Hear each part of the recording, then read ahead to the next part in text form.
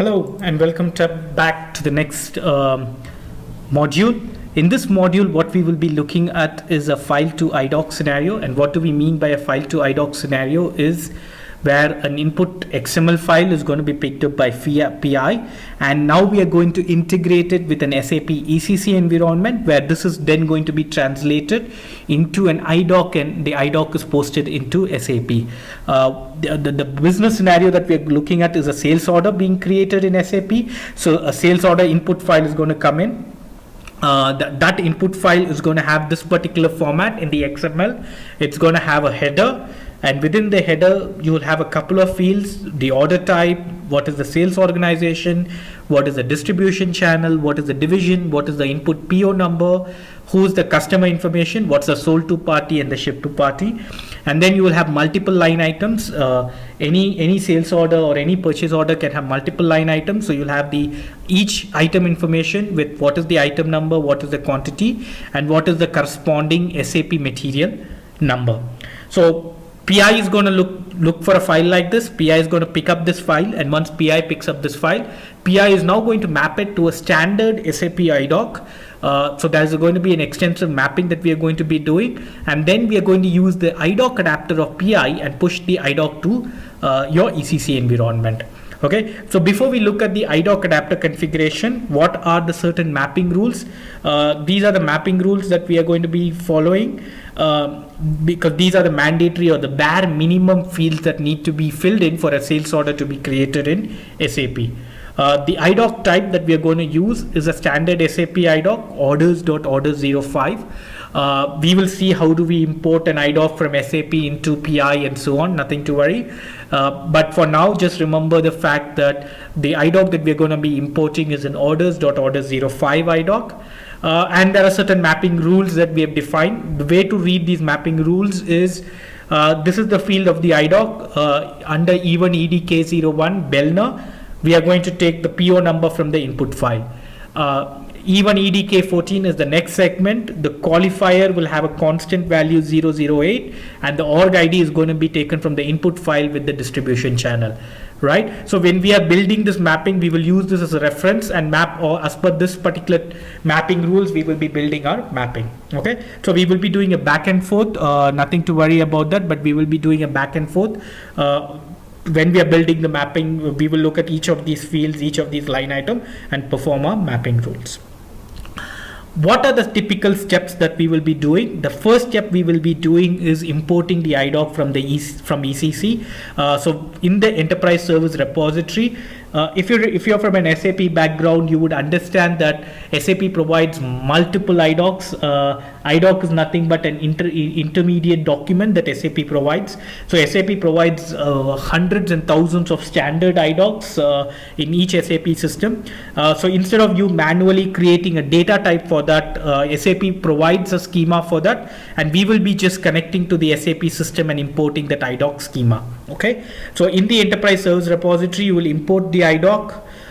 For the file system, we will be creating a data type, a message type, and a service interface. What is the service interface going to be? It's going to be an outbound asynchronous service interface.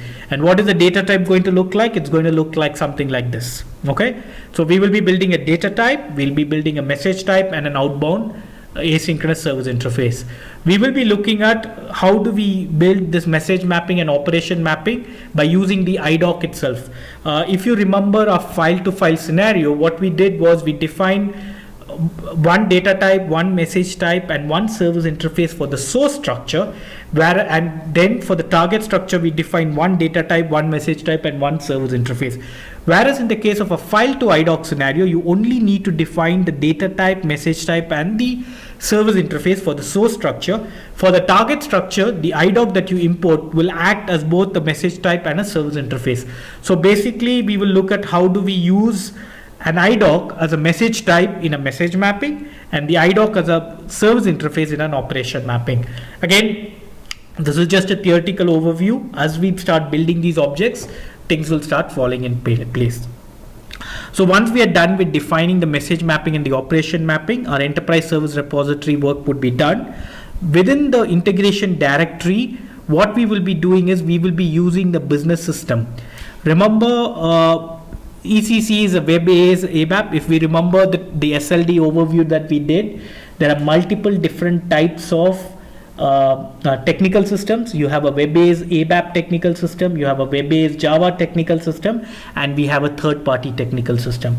A web-based ABAP technical system corresponds to an SAP system that has an ABAP runtime or an ABAP engine. So because ECC has an ABAP system, you will be using a business system that is of type web-based ABAP. So we will look at the SLD, we will look at ECC, what is our ECC system, what is the technical system that we have defined for this, and what is the corresponding business system. Okay, for the file system, we will use the existing third-party business system that we define in our file-to-file scenario, and then we will configure our interface. We will create a sender communication channel, we will create a receiver IDoc adapter, then we will create our sender agreement, receiver determination, interface determination, and receiver agreement option. Before that, what we would also be doing is for PI to connect to SAP, we will be defining an RFC destination in SM59, and we will be defining a port in IDX2. So we will be using these slides as a reference point, and then we will be building upon each of these objects as we are talking about them. Okay, so I've already launched my ESR and my integration directory. So with no further ado, let's go ahead.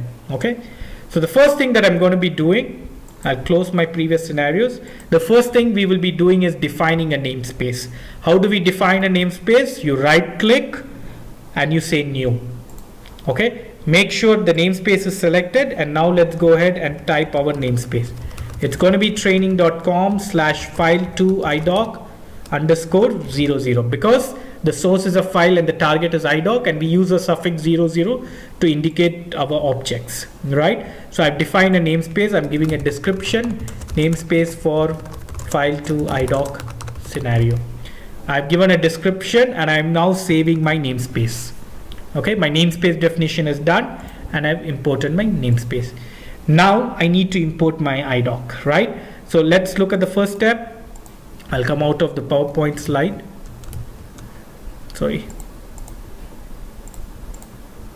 The first step is import the IDoc from ECC, right? So let's first grab the so what you need to do is, first of all, you need to tell our PI ESR which ECC system you need to connect to.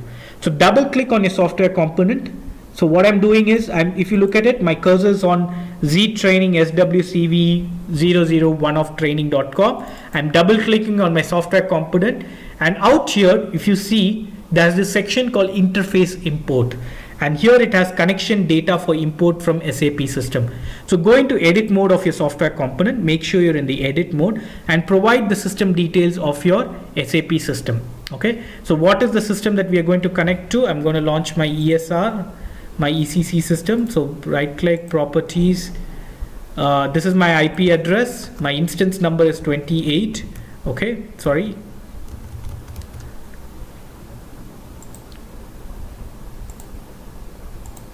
okay, my system message server is this is ECC, and my client, let's see what my client is. Instance number is 28. Okay, and my client is 800. Yes, my client is 800. Okay, client is 800. Okay, so I've given my system details, system number, client, message server is the application server or the IP address, and I'm going to save. Okay, now that I've saved this data, I'm closing it. Okay, now you see there's a section within your software component called imported objects, right? So I'm now going to go ahead and right click and say import of SAP objects.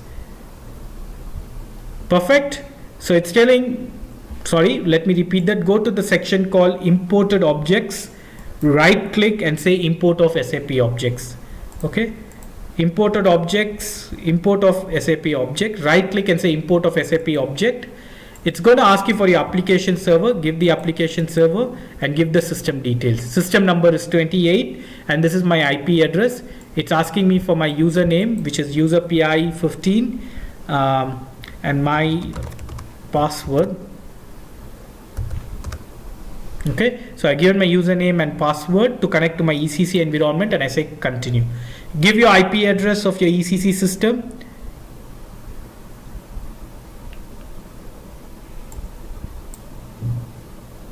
So here you go. What does it say? Different systems. What does it mean? System EH5 is running on the specified application server. How a source system ECC is defined? Do you want to disconnect or continue? So I'm going to say separate. I'm going to close this. So there's a problem. The problem is my SAP system SID is called EH5. So if you look at it here, sorry, okay, I'm going to cancel. If I go back to my SAP logon pad, this system is called EH5, but then when I was defining in my software component, I had called it ECC. So this was a wanted done error wanted done that I did wantedly. So now I'm going back into my software component. How do I do that? Double click, and then instead of ECC, I'm going to call it my SAP SID. So my ECC environment is called EH5, so I've called it EH5. I'm closing it. Now I'm going to imported objects, right click, import of SAP object, provide my IP address, provide my system number as 28, give my password, and I say continue. Now that warning should not come, perfect. And here if you see, I can see all the IDocs that are there in the SAP system. So when you're expanding on this IDoc, depending on your network speed, this step will take some time. You'll have to be extremely patient, because what PI does is it connects to the backend SAP system with the username password that you had provided, and brings out the list of all the IDocs that are defined in that SAP system. So you will have to be extremely patient here. At times this can even take 5 to 10 minutes depending on the network speed that you're in. So we'll just wait for the system to load, and once it is loaded, we will be back. So till then, just give me a second and I shall be back. Excellent. So all the IDocs. So if you see, this is the dialog box, and if you see here, there are multiple IDocs in my ECC environment, and all those IDocs will be visible here, right? So now, if you remember, if I go back to my slide, what is the IDoc type that I'm going to be using? It's orders.order05. In any project, this data would be given by a functional consultant as to what is the IDoc type, what is the message type, and so on. So in this case, I'm just going to go hit orders.order05 and ask PI to search for it. And immediately I get the orders.order05. I select this IDoc and I say continue. Select your IDoc and say continue. It will say, hey, do I go ahead and import? Say yes and say import by clicking finish. You will get a message that says import started, and once the import is completed, you will get a message that says import is completed. We'll wait for that. Again, depending upon the size of your IDoc and the network speed, this can take some time, so you will have to show some patience. Let's wait for the IDoc to be imported.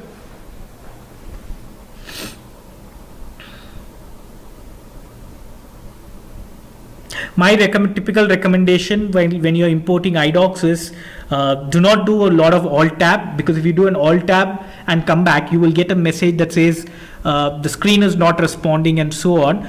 Do not worry. Do not try to exit using Task Manager exit. In fact, because of the amount of data that is being loaded, your PI ESR will show not responding, but in fact it is doing its job. So I typically do not do a lot of alt tab. I just say, hey, select import, and I just wait for PI to do its work. The moment you do alt tab, you might end up with a not responding screen and so on. So just the recommendation, especially in your initial days, is select your object and wait for PI to respond back. Okay, don't try to do multitasking while the import is happening.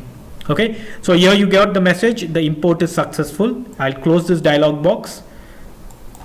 And once I close it, now if you see under imported objects, I have a new tree, and that says orders.order05. Okay, let's go to our change list and activate our change list.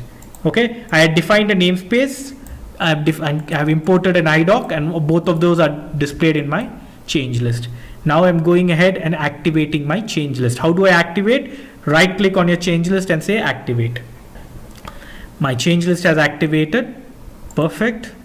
And now my IDoc is available to be used. Okay, so what was the next step that we had to do? The next step was going to be defining a data type, a message type, and service interface. The data type has these fields: an order type, a sales org, and a distribution channel, right? So we'll go here, right click on your namespace. My namespace is file to IDoc, say new, create a data type. Go to interface objects, data type. Make sure you're in interface objects data type. Data type is visible here.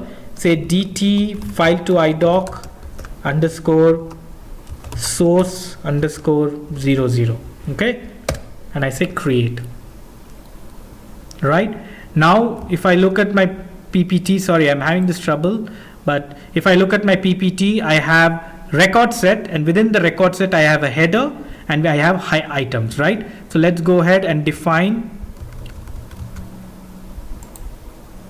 within the record set. Let's go ahead and define the header and the line item. Okay, so let's go ahead and now add the data type structure. So first field that we have to define is a record set. So say insert sub element record set. Oops, there's a typing mistake. Record set. For now, we will just have one. We'll go ahead with just the record set occurrences was 1:1, and then within the record set we are going to have a header field. So I'll say header, and again the header is going to occur 1:1, and within this I'm going to insert an sub element that's going to be called order type, right? So order type as XSD string. Let's make the occurrence as mandatory. All right, so now my cursor is on order type, which means I'll say insert element, right? Order type sales org distribution channel. So let's go ahead, type that sales org. I prefer doing all of this in one shot, so that way it's a little faster. Distribution channel, division, PO number, sold to party, and ship to party. So insert element,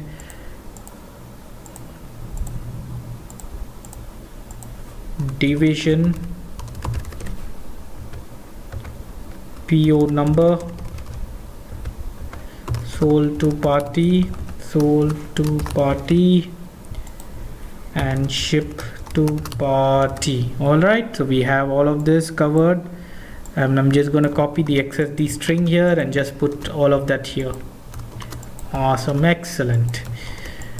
Okay, so now I'm going to click here on the header level, because now I have to insert an item at the header level. I'm going to say insert element, and I'm going to call that item. Each purchase order can have multiple items, so this is going to occur 1 to unbounded. Each PO needs to have at least one line item. So that's it. My item is imported. I have to give item number, quantity, and material. So I'm going to say insert element, sub element. Okay, and here I'm going to say insert element. So I'm going to say item number,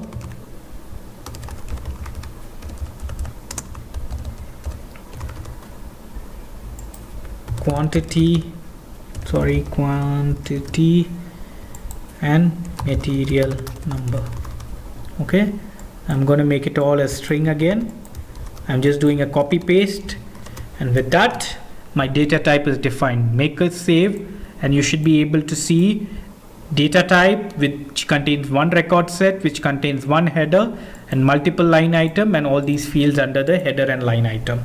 Okay, next we need to define a message type. So I'm going to right click, say new. Let's just copy the name of the data type so we can reuse that.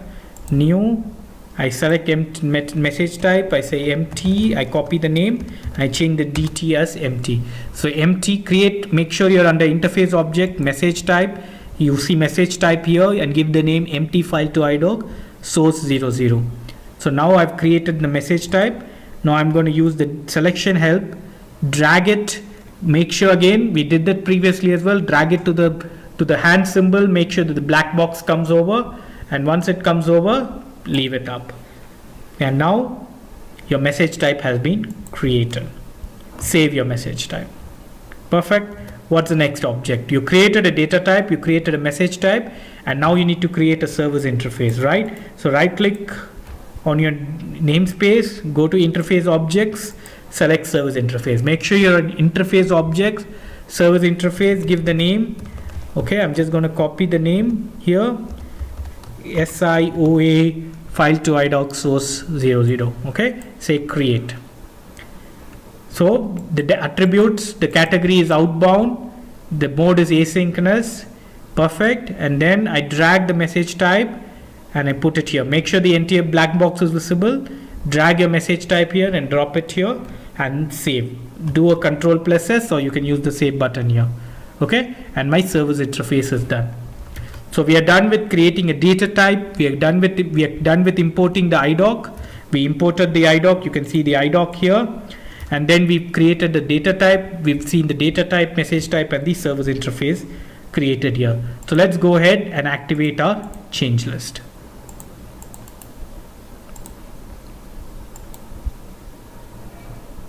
Perfect. My change list is activated. I'm going to close all my objects.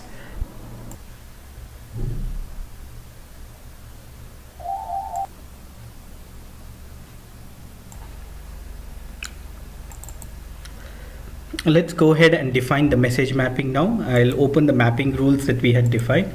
Okay, so I'm going to go here, right click, new, mapping objects. Make sure you're in mapping object, make sure you selected message mapping, and then let's provide the name of our message mapping, mm_file to IDoc _00. Okay,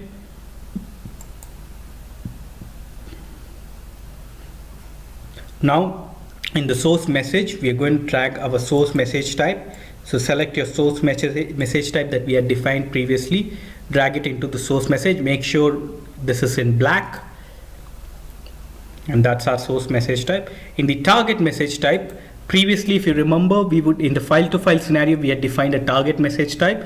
In the case of IDocs, you need not define a target message type. The imported object, the IDoc that you imported from SAP, will act as the target message type itself.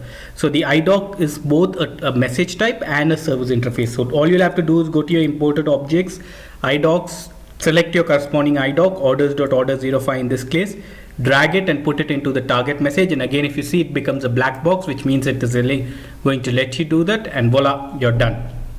Okay, and now let's go ahead and define the mapping. The first thing, what you'll start noticing is there are fields in segments in red. It means that because if you see, the occurrence is 1:1, or these are mandatory.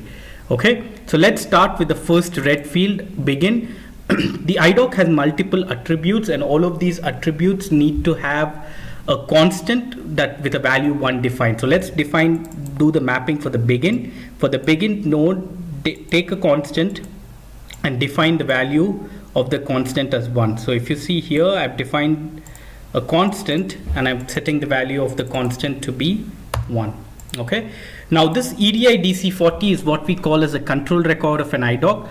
In this scenario that we are doing, what we're going to do is the control record is going to be auto populated by PI. You need not manually populate this control record, and hence you can always disable this control record. So what you need to do is go to EDI DC40, right click and say disable field. I repeat, go to EDI_DC40, right click and disable field, because the control record in this case is going to be auto populated by PI. Okay, you need not manually populate it. Now let's go to E1EDK01, the segment E1EDK01. Let's look at the mapping. For E1EDK01, we need to define the Bellner. But before that, for the segment, it's a mandatory field. So wherever, just let's go ahead and define it with a constant and provide a value that is 1. So I'm mapping it to a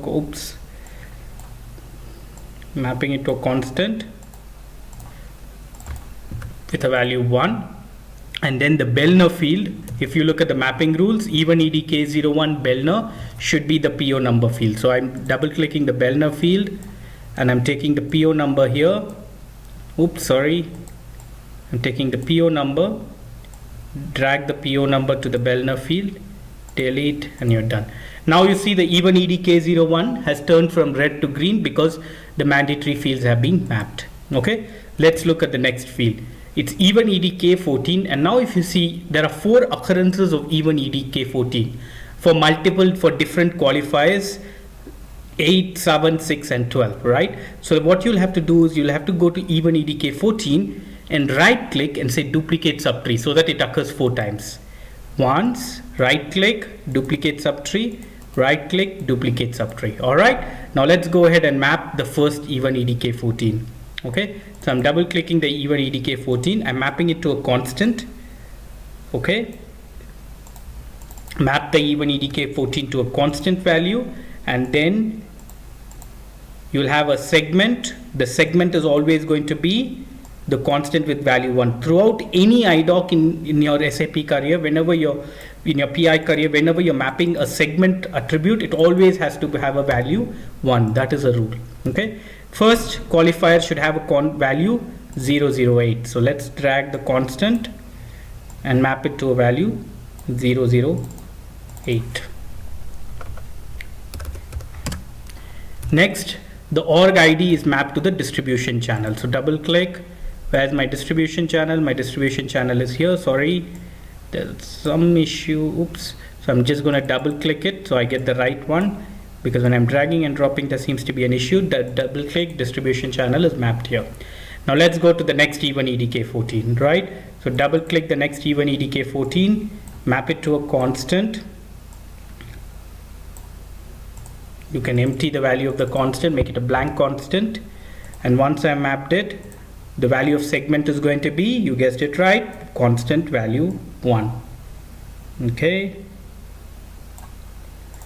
constant with value 1. Now the qualifier has to be 007. So I'm going to here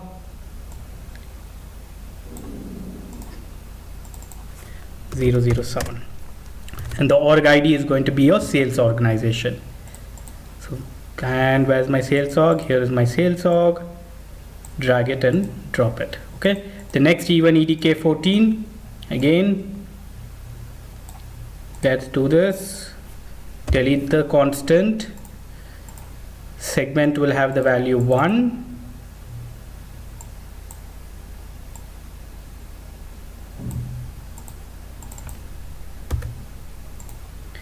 Qualifier will have the value 006.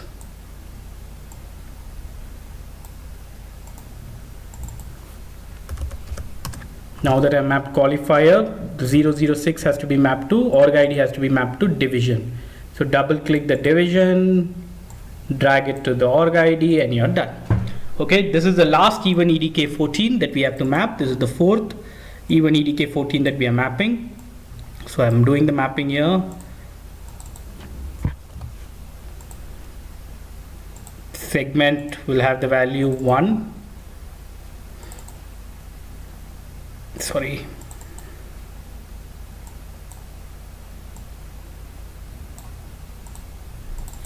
Segment has the value 1. Qualifier will have the value 012. Again, all these mapping rules are typically provided by a functional consultant, so nothing to worry. These are just rules that have been defined. And then org ID is to be the order type, right? So org ID, and then where's my order type here? Order type. Okay, awesome, excellent. So we are done with all the even EDK14. Now we need to go in and define even EDKA1. Now if you see, the even EDKA1 has two values. One is par VWAG, and so there are two occurrences required. So let's minimize this and let's go to even EDK1, but this is available on, it occurs 0 to 99, but in the target it's only once, right? So right click the same way that we did for even EDK14, right click on even EDKA1 and say duplicate subtree. Okay, and now again for even EDKA1, provide a constant.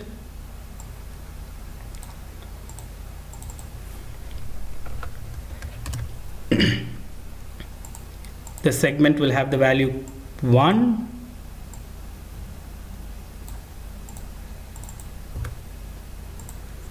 Par VW will have the value AG.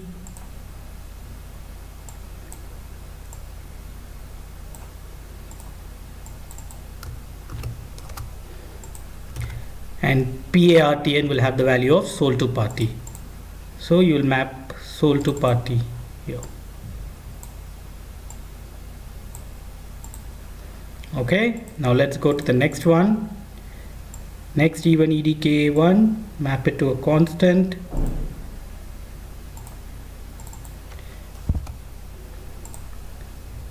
go to segment, map it to a constant 1.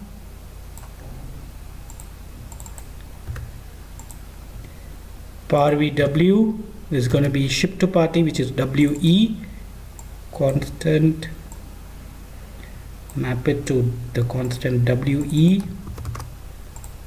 and then PARTN is going to be your ship to party.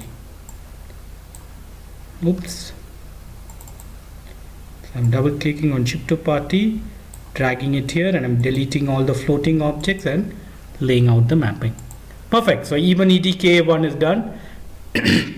Excuse me. Now we'll look at even EDK02. So even EDK02 is out here. Perfect. So even EDK02 qualifier should be 001 and Bellner should be 1. So let's map even EDK02 to a constant.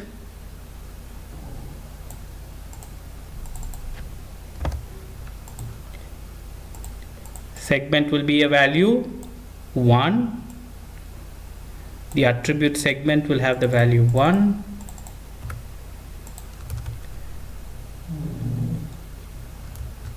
And the qualifier is going to have the value 001.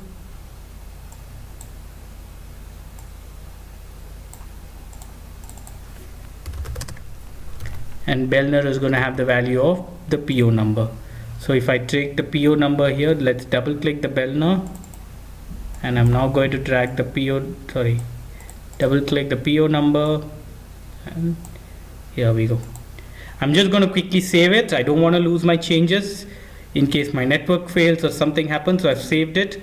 Cool, awesome. And now that's the last one. The even EDP01 is mapped to the item. So each item should create an even EDP01 segment. So I'm double clicking on even EDP01. I'm double clicking the item and I'm dragging the even. So each line item is now going to create the even EDP01. Now it's asking me for the value of segment. So I'm going to give the value of segment. Yes, the value of segment will be 1. Now that we know segment mapping is done, POSEX is going to be item number. So let's go to POSEX. We have to map it to item number. Double click, drag, drop, align. Perfect. Action is going to be a constant 001.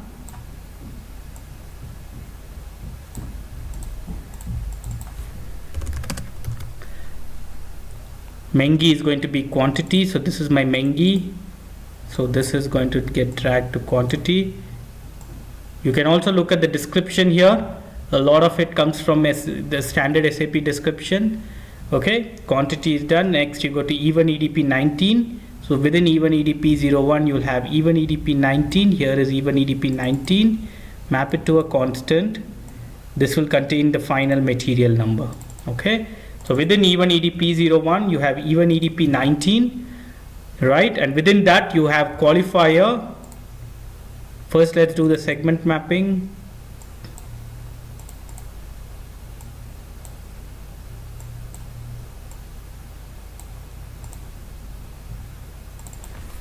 Qualifier 003, not 001. I made a mistake. Delete floating object. Oops, sorry, the segment, right? Segment has to be 1.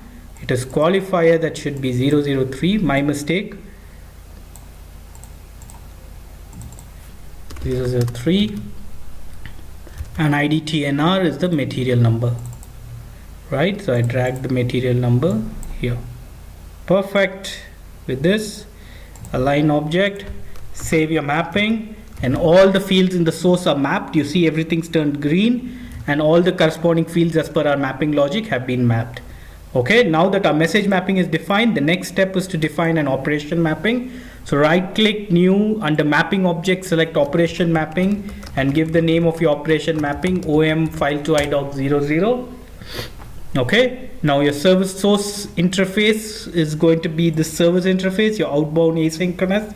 So I'm going to drag the service interface here. Your operation mapping will always use service interfaces.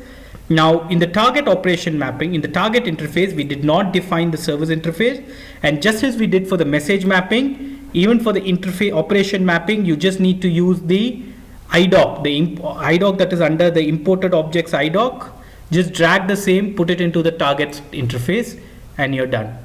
Click on read operations. The read operations is done, and use the selection help for the message mapping. The mapping that you just developed should be visible. Select the message mapping, and you're done.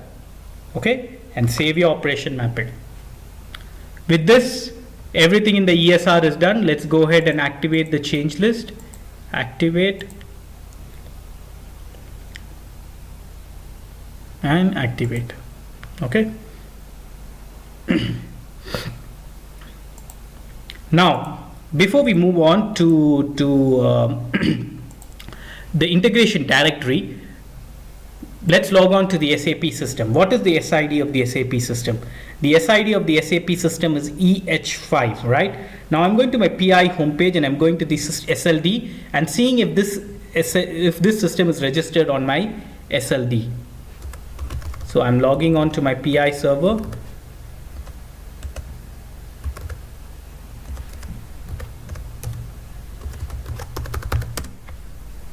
Okay, I'll just save my password. I'll go to technical system. What is the SID? It is EH5. Okay, so I'm going to go here. I'm searching. So I went to the SLD and I'm going into the technical system. I want to see if there's a technical system already defined for EH5. So I'm selecting technical system and entering EH5. Excellent. My EH5 technical system is there in my SLD. And now if I go to the business systems tab, I will see that, hey, there's a business system called EH5 Client 800. Let's click on that. Let's go to integration. Perfect. There's a logical system name ERP. It's assigned to Client 800.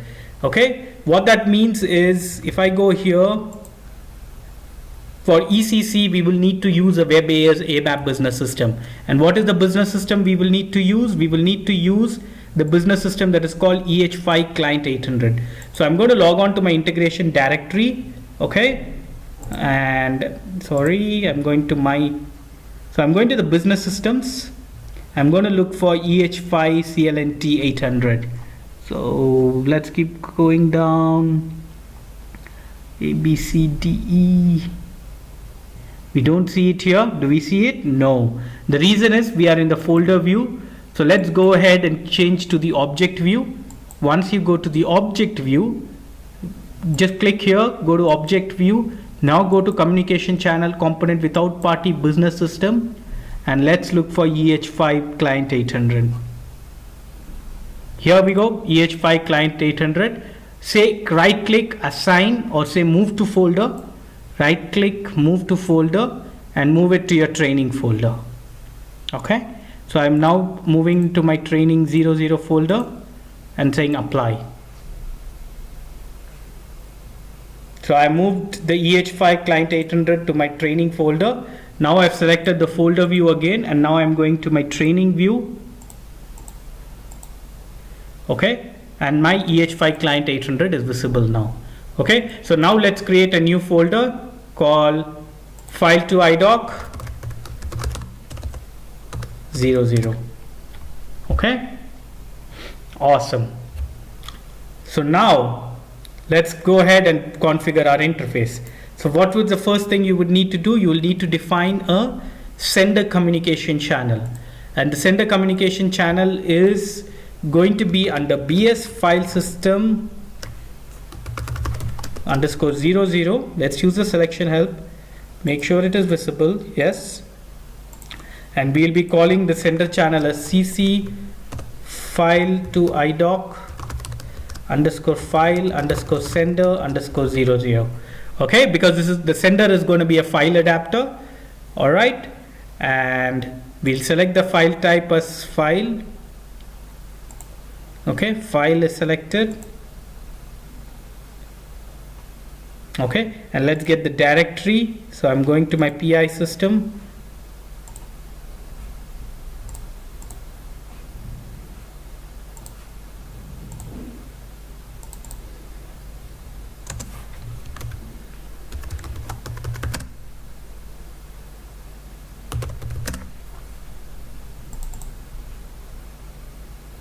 Okay, so this is my directory. Let's copy it. I have it in my notepad actually, so let's just get it from my notepad.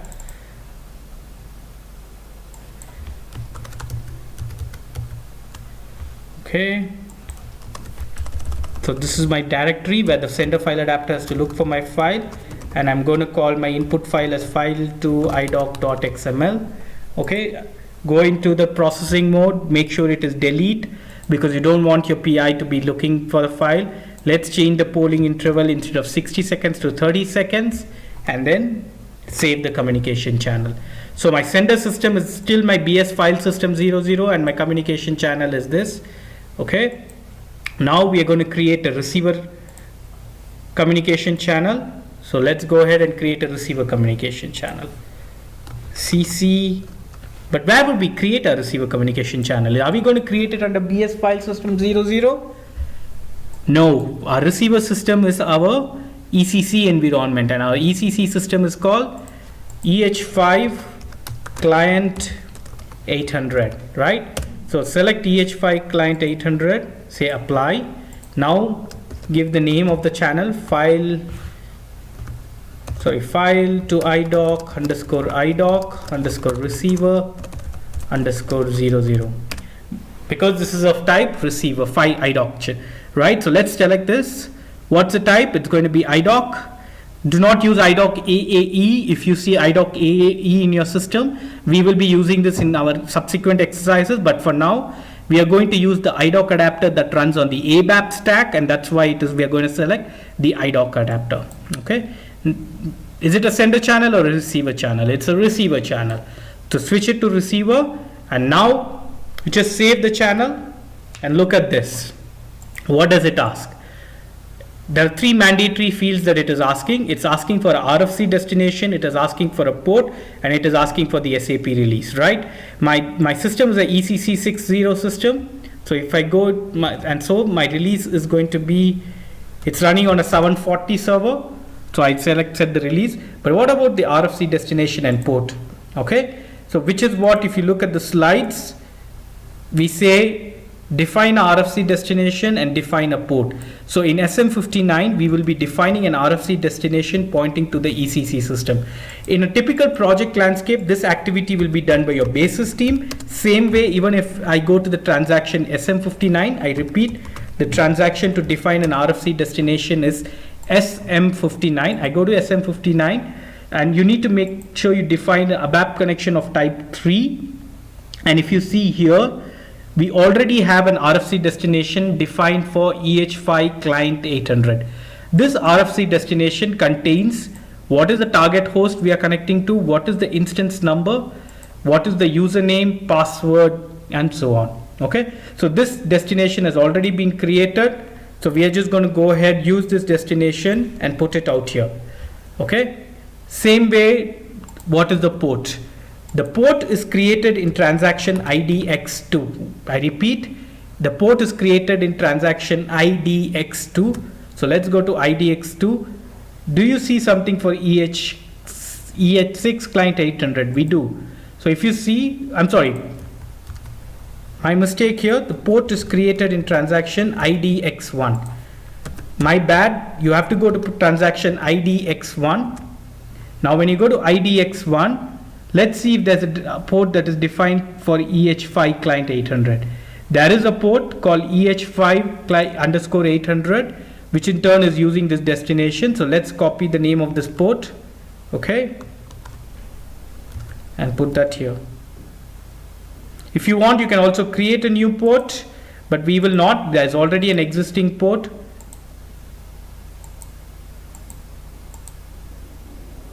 So again, /n IDX1. This is the name of my port, EH5 underscore 800, right? So I'm going to go here, EH5 underscore 800. That's it. My communication channel is also created. So I've created a sender file adapter and now I've created a receiver file adapter. What's the next step? You're going to create a sender agreement. So go create a sender agreement. Who's my sending system? It is my file system. So BS file system 00. And let's see for the service interface. And what is our service interface? An outbound service interface. It's our file to IDoc underscore source system. So select that and then say create. Okay, it's going to ask us for the sender communication channel. The integration directory steps are the same steps that we did for a file to file. And this is what, if you remember, I told you, you would keep doing these steps into each and every of your exercise. You will define a sender agreement where you define who's the sending system, who's the sender interface, and what is the namespace. And then you select the sender communication channel. Which is the communication channel? Is it a file to file channel? The answer is no. We are doing a file to IDoc scenario, so make sure you select your file to IDoc file sender channel that we just created. Save your sender agreement. And now that you've saved your sender agreement, we'll create our receiver determination. So right click, select receiver determination. Okay. Now that you've created receiver determination, the objects, it's a file to IDoc scenario. Yes, the object details are filled. So let's say create. Okay, who's the receiver of my interface? It is going to be the business system EH5 CLNT 800, because this is a web-based web app business system created in the SLD that we have assigned to our scenario. Okay, now how do you create an interface determination and a receiver agreement? You can go to configuration overview. You will see your receiver system. Make sure you've saved your receiver determination, and after you see your receiver determination, you see now the interface determination and the receiver agreement objects are requested. Right click on your interface determination, make sure you say new specific, and when you say new specific, your interface determination gets created. In the operation mapping field, select your operation mapping, and your operation mapping here is going to be your OM file to IDoc. Make sure it's your software component and your namespace. Excellent. Save your interface determination. Now go back and select your business scenario and refresh. Now that I've refreshed, my interface determination is displayed here. The only object pending to be created is my receiver agreement. So I'm selecting, right click and say new specific.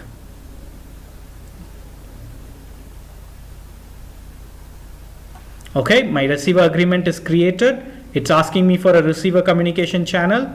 And now let's look over for a file to IDoc scenario. And if you see, here we go, CC file to IDoc underscore receiver underscore 00. This was the object that we created. Select it. This was the communication channel we created. Select it. Save, activate. Awesome. So all the objects in the integration directory are created. So let's go ahead to our change list and see what all do we have. We created a folder. We assigned the business system to our folder. We created two communication channels, one sender file adapter, one receiver IDoc adapter. We created a sender agreement. We created a receiver agreement. We created a receiver determination and an interface determination. Right click, activate your change list.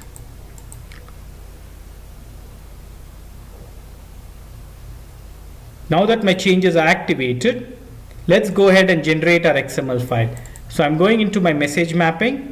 In the ESR, I'm going to the test tab and I'm going to add my information.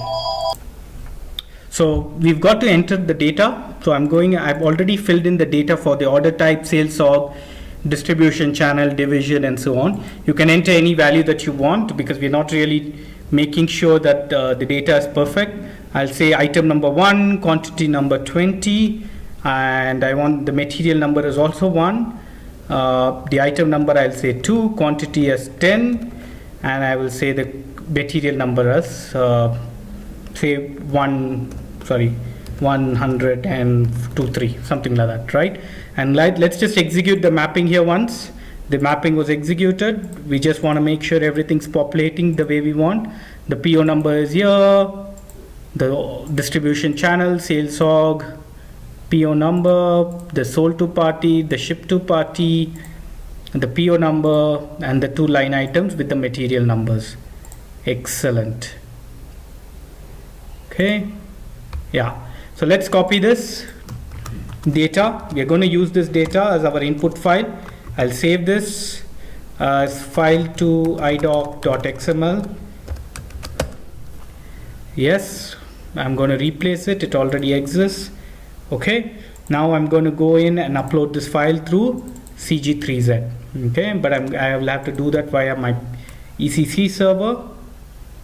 So I'm going to say login CG3Z. Let's open my notes. So this is my input file.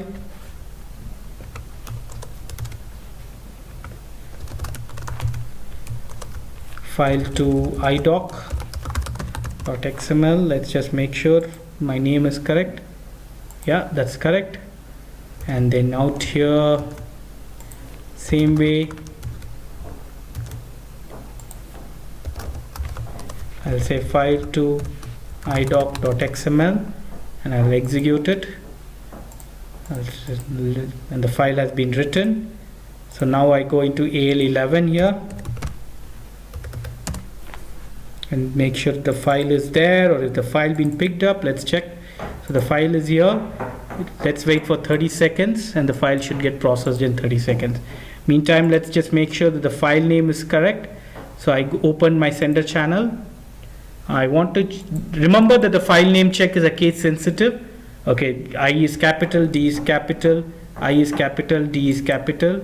Perfect. One file has disappeared, the file is gone. Right? So how do we monitor the status of the message? We go to sxmb_moni. There will be an error. Do not panic. Do not worry. We are expecting an error and we'll also fix the error. So I went to sxmb_moni, monitor for processed XML messages, and here we go. As expected, as I was mentioning, we are expecting an error, and the error it says is error in IDoc processing, right? So let's double click, and what is the error that we get? Unable to convert sender service to an ALE logical system, and it is complaining about my sender business system. So what happens is when you're using an IDoc based scenario, your sender business system should have a logical system name assigned to it. Okay, so I'm going to my communication channel component. I'm opening my business system, double click the business system, go to communication channel component, adapter specific identifiers. Logical system name is blank. Let's look at it for the EH5 client 800. I'm double clicking EH5 client 800, going to communication channel component, adapter specific identifiers, and here I see that it has a logical system name. But for my file system, BS file system, I do not have a logical system name assigned to it. Go to adapter specific identifiers and the logical system name is not assigned to it. Okay, so how do I get it assigned? We will have to do that in the SLD. So let's go back to the SLD. Let's give the name of our business system. Okay, I'm going back to my SLD. I'm going to home, going to business systems, search for your business system, BS file system 00, say go. This is my business system. Okay, and here I do see a name that says filesys00. So out here I see it, but here I do not. Alright, so let's do one thing. Let's save this. Okay, BS file system 00 has a logical system that says filesys00, right? BS file system 00. Now I'm going to go into edit mode. Make sure you're in the edit mode. And before you do that, let's go into environment and clear the SLD data cache. Go to environment, clear your SLD data cache. This will make sure that the business system will get refreshed from the SLD. Now go into edit mode of your business system. Go to adapter specific identifiers. Go to adapter specific identifiers and you see this button here. Let's look at what it says. Compare with SL system landscape directory. So let's try that. Voila. Now you see whatever is there in the business system in the SLD is now available here. So I did that and I say apply. I say save. Okay. To repeat what we did, we went to the SLD. We made sure that the logical system name is assigned to the SLD. Then we went to the business system here. We went to environment. We did a clear SLD data cache. After we did that, you go into the edit mode of your, if you're not in the edit mode and you go to communication component, adapter specific identifiers, this button is going to be disabled, right? So you need to go into the edit mode, and then you go to communication adapter specific identifiers, and now you see this button, compare with system landscape directory or compare with the SLD. Select this, say apply, save. Okay, now that we've done that, let's go ahead, activate our change list.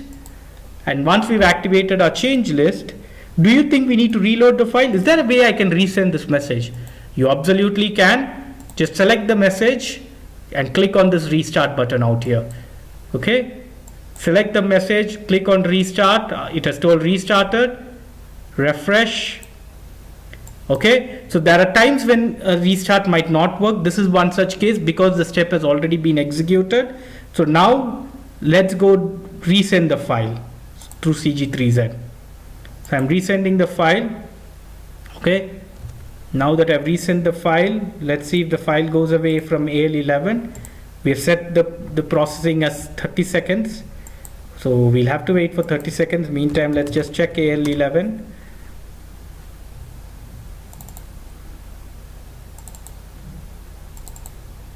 Okay, the file is gone. So which means if I refresh here, it has failed again. Let's see what the error is. Excellent. The error now is saying transaction IDX1, the RFC destination is containing some errors, right?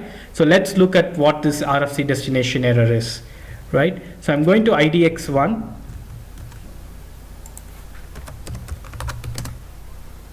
Okay, and now this is the RFC destination and this is the RFC destination.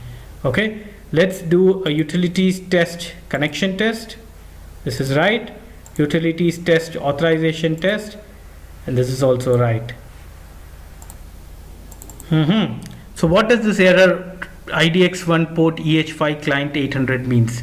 Let's go to IDX1 and let's see if the port is correct, right? So I'm going back to my port /n IDX1, and out here I double click. What we had done was we had called the port as EH5_800. That is in fact wrong. This is the name of your port. So instead of EH5 800_800, we need to call it EH5. So I've already gone that. I've done that. I've changed the name of the port from it was EH5_800. I've now changed it to EH5. I'm going to go ahead, activate my changes, and once I activate the changes, the scenario should work. Okay, so my changes are done. I go to my cache. Everything should be perfect in green. Yes, my cache is in green. And now I'm going to go into my error message. Oops. Okay, I have the same screen open but two locations. /n SXMB Moni. Monitor for processed XML messages. Execute. Now let's see. If you see this, you had the same error. So I'm now going to select this, say restart. You can either restart it from here or you can restart it from back. So let's go ahead, restart, select, restart, retain, refresh. Excellent. Now the IDoc has also been sent to SAP.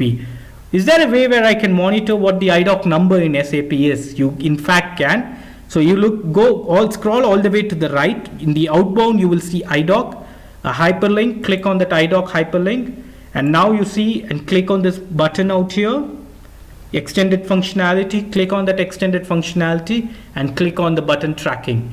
And when I say tracking, what's going to happen is PI is now going to go in and get the number of the IDoc from SAP. So this is the IDoc in SAP, and this is the status in SAP. And if I want to even check the IDoc, I can click on monitor.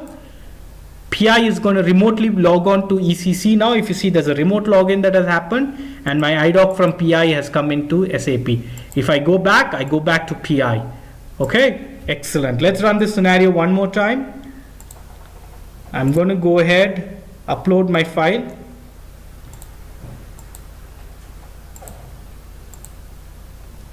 My file is uploaded. I'm going to go to AL11.